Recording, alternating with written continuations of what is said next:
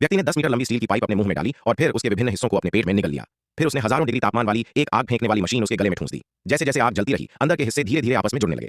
दर्शकों की भयभीत निगाहों के सामने उस आदमी ने अपना मुंह खोला और एक रहस्यमयी वस्तु थूक दी। अप्रत्याशित रूप से यह एक बिल्कुल नई साइकिल निकली।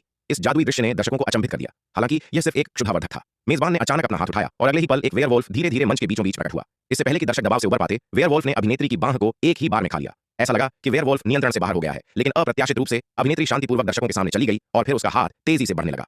कुछ देर काम करने के बाद स्थिति सामान्य हो गई।